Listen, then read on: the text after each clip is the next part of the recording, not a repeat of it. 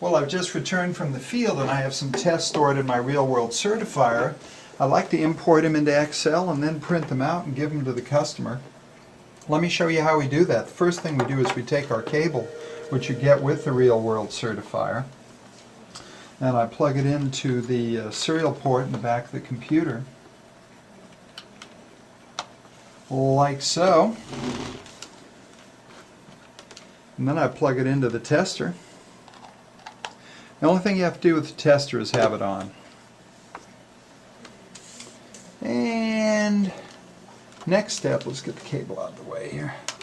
Next step is going to take our software, and I'm not going to copy the software onto the hard drive. I'm just going to run it right off the CD. There's no lengthy installation procedure for this software. That's one of the things that makes it so convenient. If you're at a customer's site, you can actually run it right off their own CD if you wish. Give the customer copies of the test right off their own printer. All they have to do is have Excel. Now, it says that there's two files on there, a readme.doc file, which you should read when you get a chance, and the spreadsheet file that is the file that we use to import.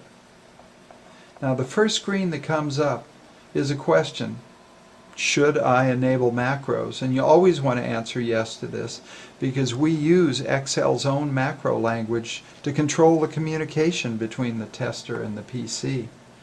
Just as a note for Rwc1000 users, if you have your security set at the highest rating, it will not allow you to enable macros. So just go to Tools and lower your security setting, and then it'll allow you to run macros. So I'm going to enable macros, and then it's going to immediately search for a tester to see if a tester is connected to the cable. And you can always see if it's talking, because the Real World Certified tells you it's talking to a PC. It warns you that unsaved readings are erased. Now, this doesn't mean the readings that are stored in the flash memory of the tester. It means any that you might have put in there before you shut it off and failed to store. Those are gone. But as far as the readings that are stored in the flash memory, they're there until you go into the tester itself and erase them. Importing them into Excel will not erase those readings. It says it found one tester.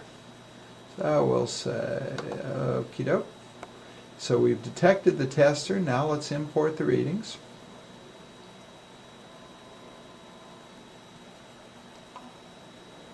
Download from network tester successful. Now let's edit the report. So we're just moving from left to right. It says it found 9 tests.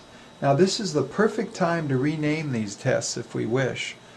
Cable 1 I could rename to Building 35. Outlet 14 if I wished, and so forth and so on. Instead, we'll just take them in sequential order. You can store up to 250 tests. And then later, because it's a spreadsheet, I could go into those spreadsheet cells and change the name at my leisure. So let's go ahead and finish, and you'll see it imports a spreadsheet for each cable. And believe me, when you have 250 on there, it's quite a show to watch these tabs being created by Excel. So, Cable 9 is the latest spreadsheet, so let's just go File, Print, and let's see what Cable 9 was all about.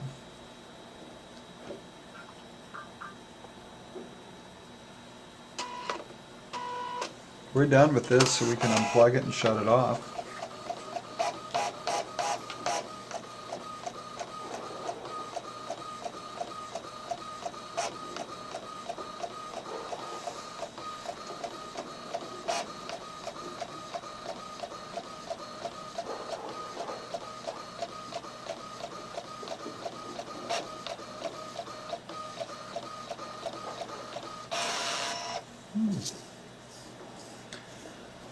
Cable 9. Well, the first thing we noticed is that we performed both the level 1 and the level 2 tests.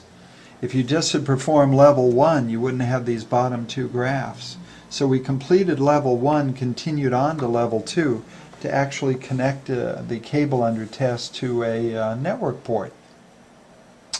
It tells us that it's a 51-foot cable, gives us all of the specs that some of the other video clips in this DVD have spoken about. The wire map, the propagation delay prepare, the skew prepare. Here's your cable category of the cable, almost a Cat6 cable. Our predicted cable speed.